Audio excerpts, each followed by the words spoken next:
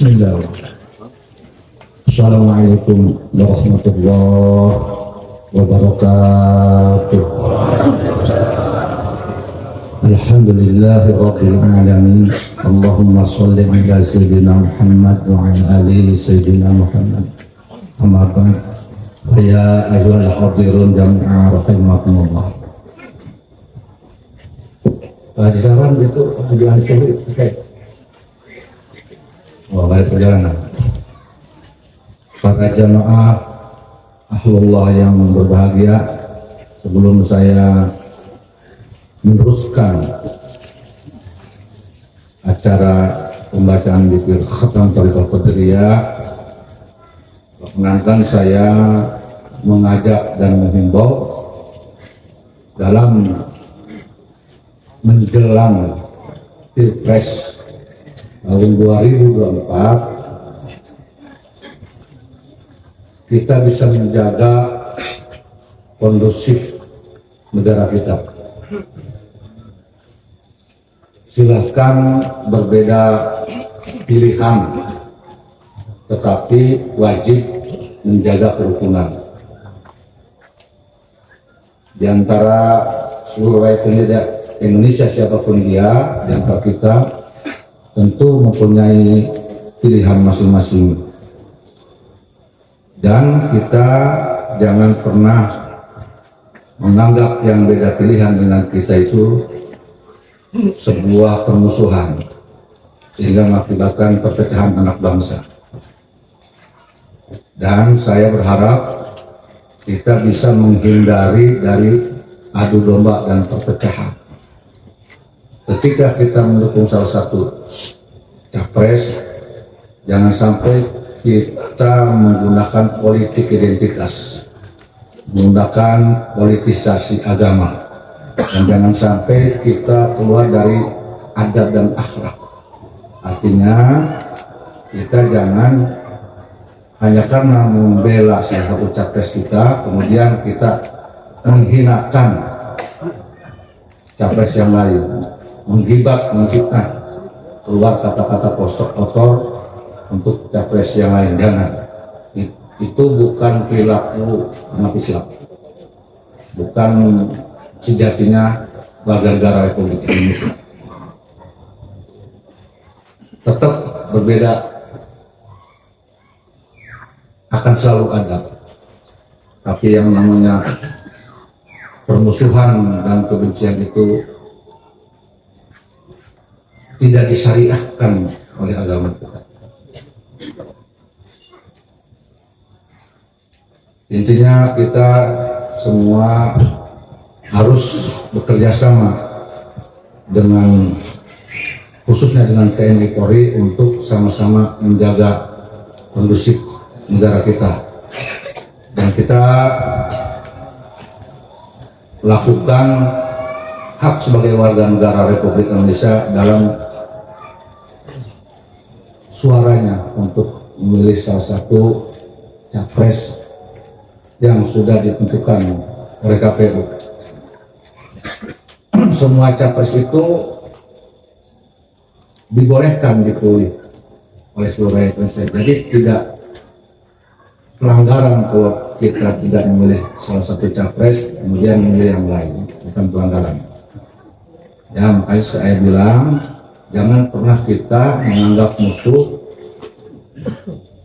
orang yang berbeda pilihan dengan kita, jangan. Karena siapapun capresnya itu sudah boleh dipilih oleh siapapun. Ya, jangan sampai setelahnya capres kita terpecah belah. Karena keutuhan dan persatuan bangsa ini, keutuhan dan persatuan negara Republik Indonesia ini ada prioritas utama. Diadakannya demokrasi dan pilpres itu justru untuk persatuan negara Republik Indonesia.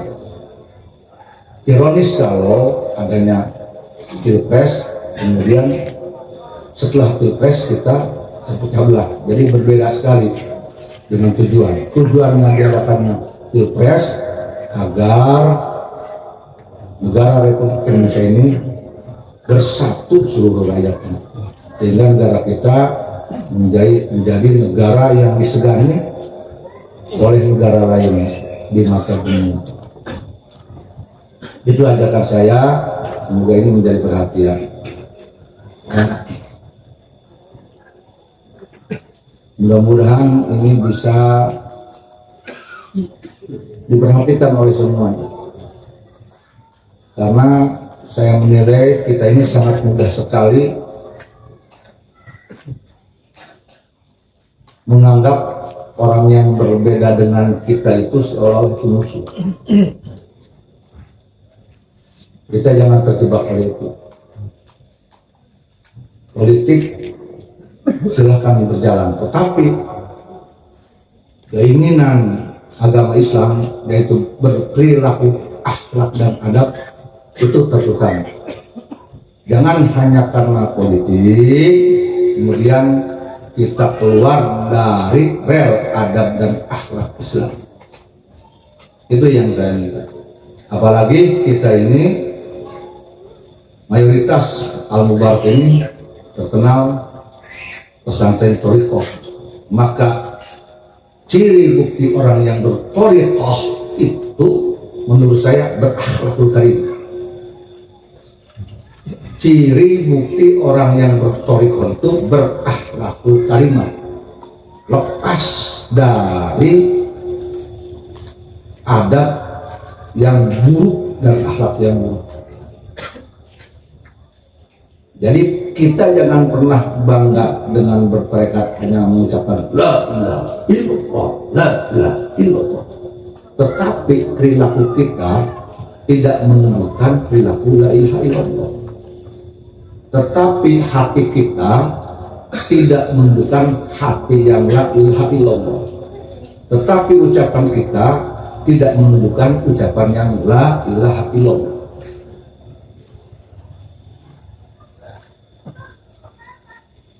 Karena inti tarekat adalah membentuk pengamalnya menjadi orang yang berakhlak.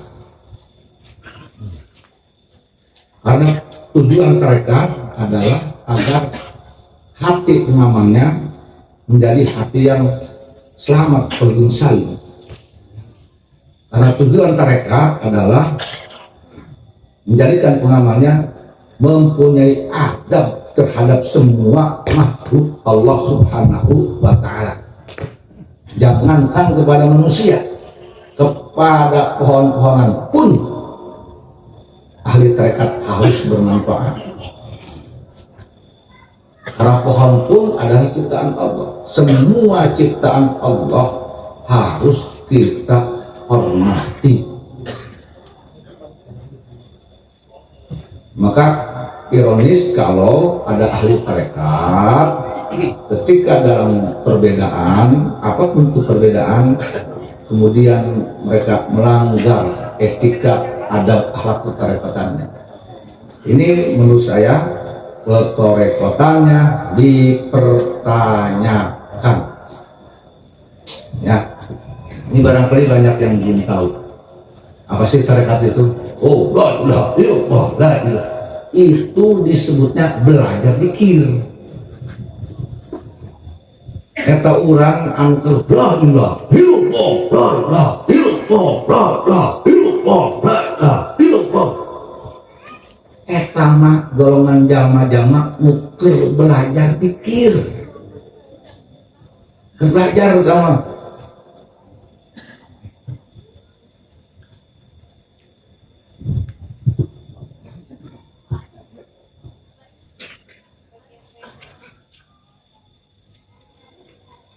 Dan kemudian orang-orang yang memasuki dunia thariqatul auliya, dikirnya itu dikir sir. Nah, itu sudah bukan belajar lagi. Memang dia sudah masuk ke dalam dunia tasawuf. Dikir Allah, Allah, Allah, Allah. Itu pun ketika dikirnya masih menggunakan, masih timbul dominan huruf, dalam kolbu Allah Allah. Itu masih tingkatan-tingkatan yang baru menuju perjalanan kepada Allah. Itu sudah Allahu Allah, Allahu Allah, Naksabandi. Karena hakikatnya ahli dikir itu dikir tanpa huruf, tanpa suara. Itulah ahli dikir. Kolbunya berzikir tanpa huruf, tanpa suara. Tidak ada lafal Allah Allah, tidak ada suara Allah Allah. Maka yang berzikir adalah kolbu, artinya kolbunya berzikir, ruhnya menghadap Allah. Walaupun di dalam kolbunya tidak Allah Allah, tetapi ketika ruhnya itu menghadap Allah, ruhnya bercakap-cakap dengan Allah, ruhnya sujud pada Allah, ruhnya cinta pada Allah, ruhnya takut pada Allah. Itulah hakikatnya ahli zikir. Paham? Paham? Jadi kita jangan sombong. Akarake la ilaha illallah, la ilaha illallah, Allah Allah di hati. Kuat lu sombong. Lu sombong, gampang hina baku. Ain dikir yuk, dia beres. Latifah beres. Muraqabah 20 beres, kholat beres. Dia merasa itu paling puncak, paling tinggi. Sudah belum. Ketika ruhnya belum mengenal Allah, ruhnya belum menghadap Allah, ruhnya belum ada rasa cinta pada Allah, ruhnya belum ada takut kepada Allah, sifatnya tidak ada sifat kasih sayang kepada makhluk, maka sesungguhnya orang itu terjebak dalam kesombongan. Ahli zikir yang takabur. Dan pada hakikatnya semua ahli zikir yang ruhnya kepada Allah sudah tidak ada takabur, sudah tidak ada cacian kepada siapapun, sudah tidak ada hinaan kepada siapapun. Mulutnya bersih dari menghina, mulutnya bersih dari memfitnah, mulutnya bersih dari menggibah, hatinya bersih dari suudzon. Paham? Paham? Karena ruh yang sudah menghadap Allah, maka dia akan diselamatkan oleh Allah Ta'ala kolbunya dari kebencian-kebencian yang sehingga menimbulkan lidahnya kotor mencaci maki orang.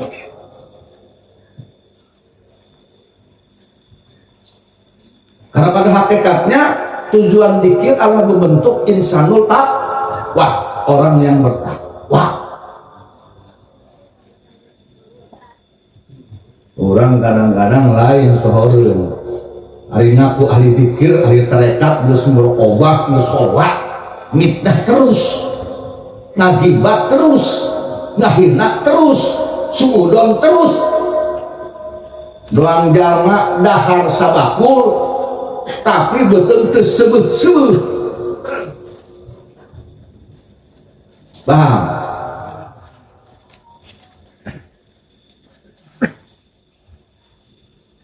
Tapi mereka yang tadi dibandingkan dengan mereka yang tidak berzikir, lebih utama yang tadi.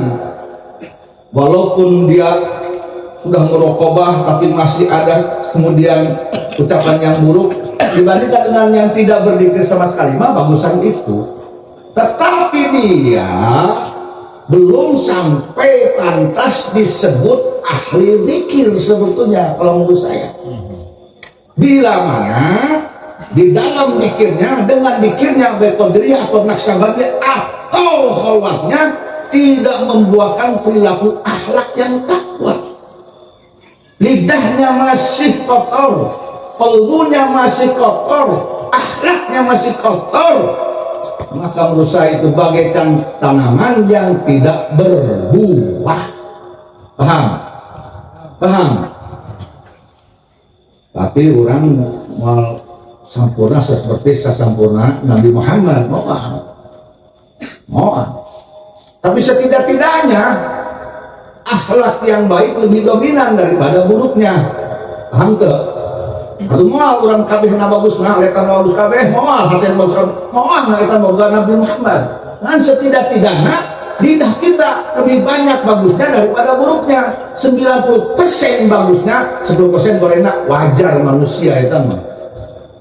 Paham? Ini penting saya sampaikan.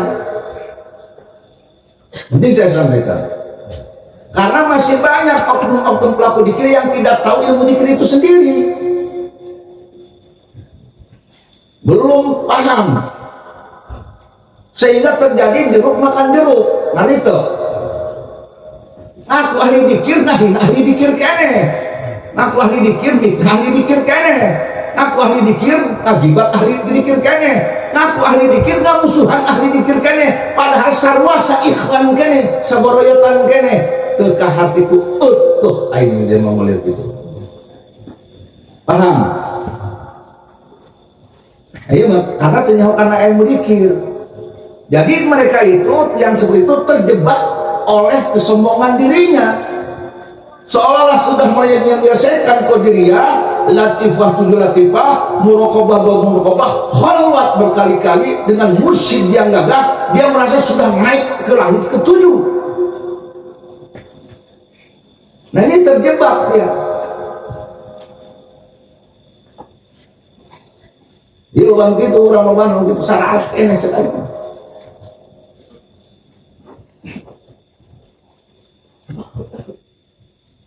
Seringkali diurang dari masih loba oknum dikir, qadiriyah dia lewati, naksabandiyah dia lewati, latifah 7 muraqabah khalwat. Tetapi buah dari semua itu ngadukun.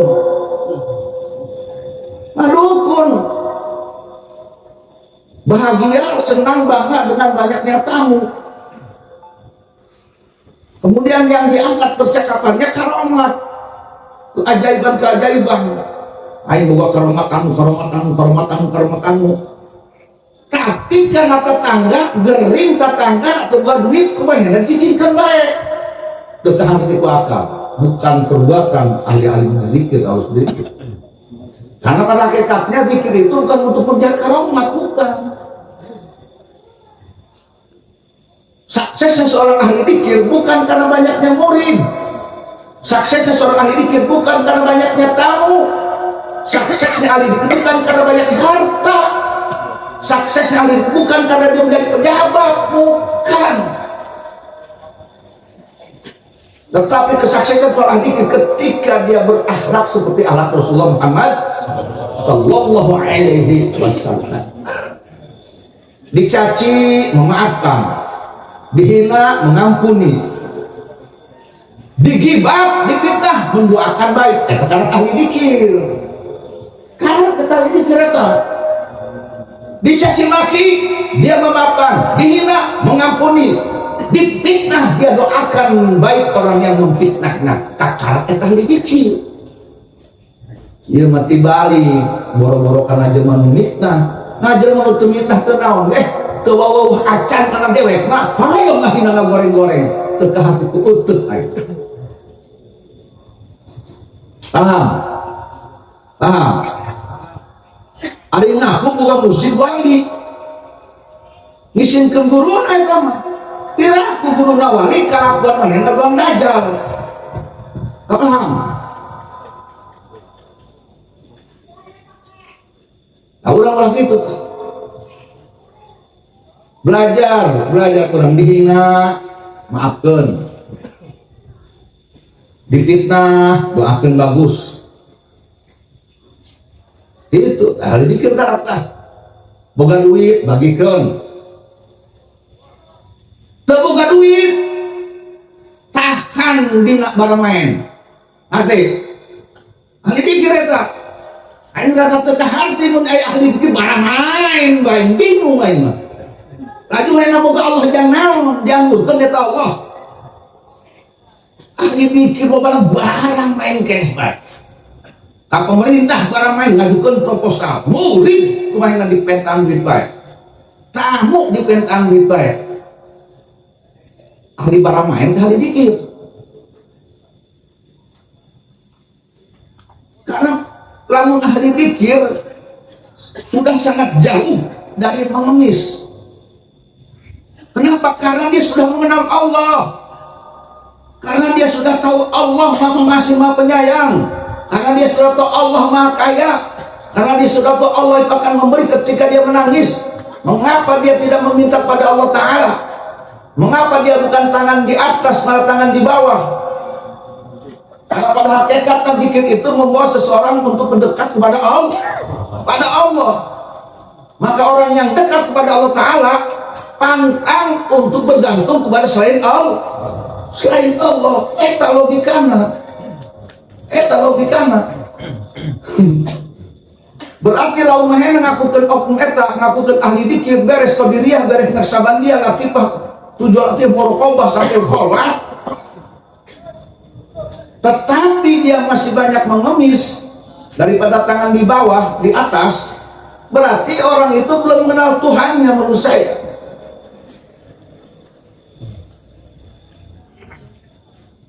Ada itu. Ya intinya gitu. Kita jangan pernah sombong karena kita mengucapkan la ilaha illallah, jangan. Atau yang lainnya. Maka harus makin tawadhu. Dia mah dikir, qadiriyah, naksabandiyah, murqabah dijadikan bahan kesombongan. Mengobrol, bu ayo beres aja. Qadiriyah mah. Bu aing beres latifana, murqabahna, bu aing beres kholwatna. Giliran tatangga magering mah henogol itu dek mere-mere aja. Yatim piatu semoga jang bayaran sekolah teu dibantuan-bantuan acan ka indung ngalunjak. Hapeuh dia model gitu meta. Paham tuh? Hapeuh. Karena saikhwan ngahina bae. Saikhwan manehna sa guru, sa kocoran.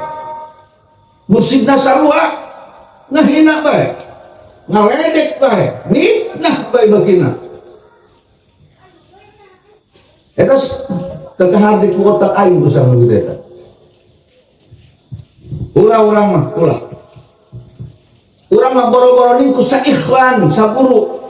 Beda guru sekalipun.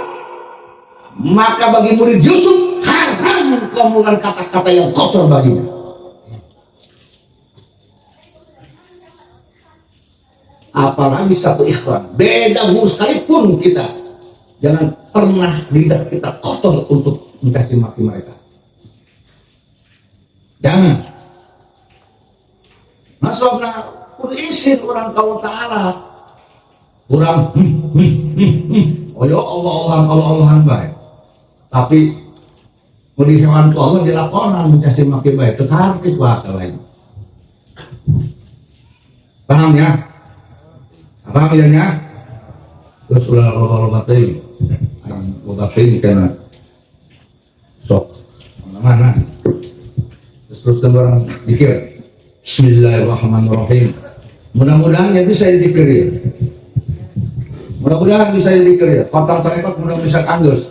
Nunggus utang anggus ya ini. Nunggus utang anggus ya. Kamari main tengah di kunaon ya ini.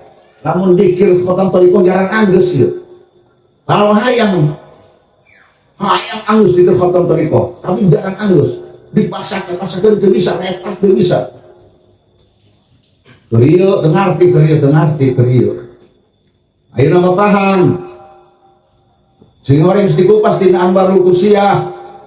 Ternyata seseorang ketika sudah sampai ma'rifatnya kepada Allah Ta'ala, maka dia dikirnya sudah pindah lagi, bukan dikir belajar, bukan dikir tingkat tadi, bukan, tapi dia sudah menjadi orang yang murad